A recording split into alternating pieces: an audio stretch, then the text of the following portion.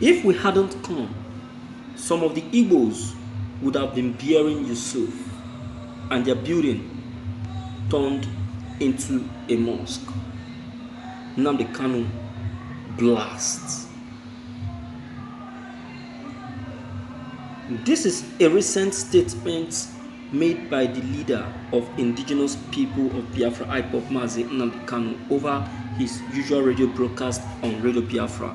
Sincerely speaking, anyone who is absorbed of self-bias and prejudice will consciously agree to the stark reality of the present degenerated and comatose state of Nigeria, and how the whole of Southeast would have been a victim of the Islamization agenda of the Fulanis. The proliferation of extreme Islamic terrorism in Nigeria is growing at alarming rates. Jamaat, Nusrat Islam, JNIM, Islam State West Africa, ISWA, Islamic State Greater Sahara, ISGS, Al-Qaeda in the Islamic Maghreb, AQIM, Al-Muqwiton and Saidin, Boko people, Fulani herdsmen and bandits have a common denominator in Islamic extremism, Islamization. In areas conquered by these Boko people in different names, they quickly move to establish Sharia laws. Taking the northern part of Nigeria for an example, the victims are not very large indigenous communities. They are minorities in larger Fulani-controlled states and communities. Their voices are muted by the large silence of the perpetrators and accomplices who actively or tacitly support the mayhem. The ugliest part of all is that the central government glaringly appears accomplice to all these terror groups, with a steep decline of security in the country, the consistent breakdown of law and order, the audacious activities of arm-wielding militias like of Boko people, Fulani herdsmen, bandits, ISWAP, etc., and the cooperative silence or inaction of the Nigerian government with the armed forces.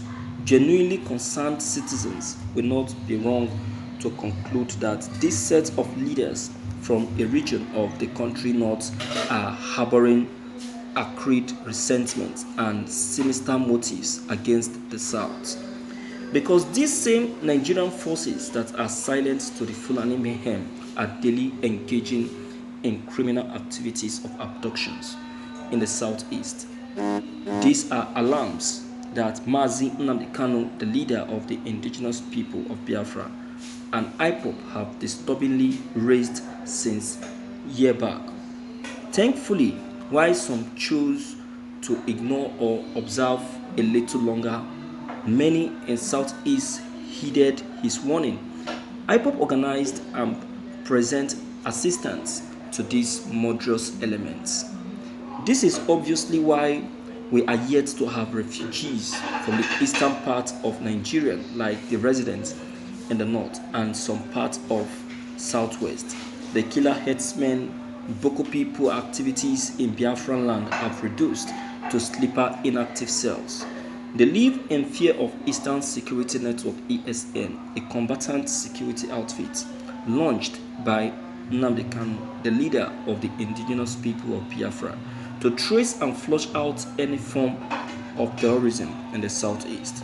It is on this note, therefore, that we must all, irrespective of tribe and political affiliations, acknowledge the position of Mazi Nnamdi Kanu and IPOB in courageously exposing and countering the many atrocities and ills of the terror Fulani against the southeast.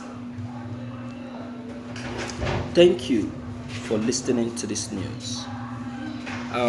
You see, my viewers, it is true Many people will see this that have just been said as a story that touch, but I am not seeing it as that. Oh, let me tell you, um, what Mazi Kanu is trying to reach out to you is that if not for the presence or the arrival of the Biafrans or the IPOP, many of our Igbos who reside in the north would have changed themselves. Some of them have already changed themselves already. Yes, some of those ones that doesn't even understand themselves and their tradition have changed themselves. Didn't you see the one that the Igbo man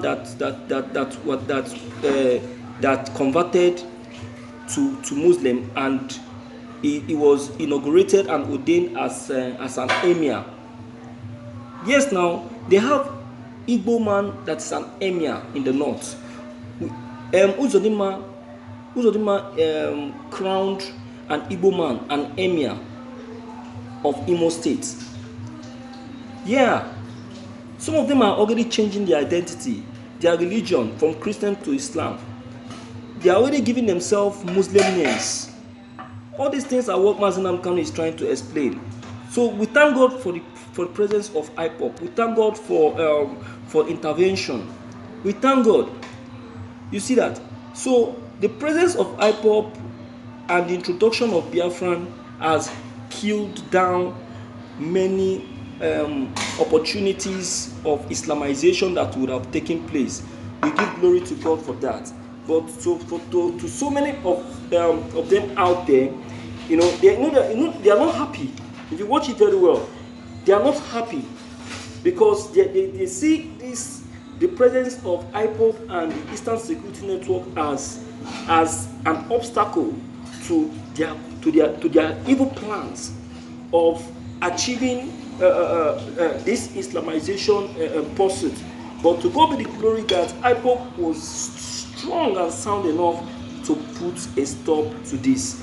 You understand what I'm saying?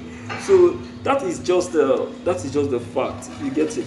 So my viewers, with all this and with all that, I use this video to reach out to you and encourage you to come in and air your own opinion.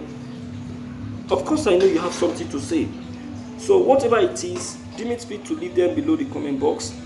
That is if you are not new. But if you are new, click on the red subscribe button so that you get updated whenever we upload any new videos.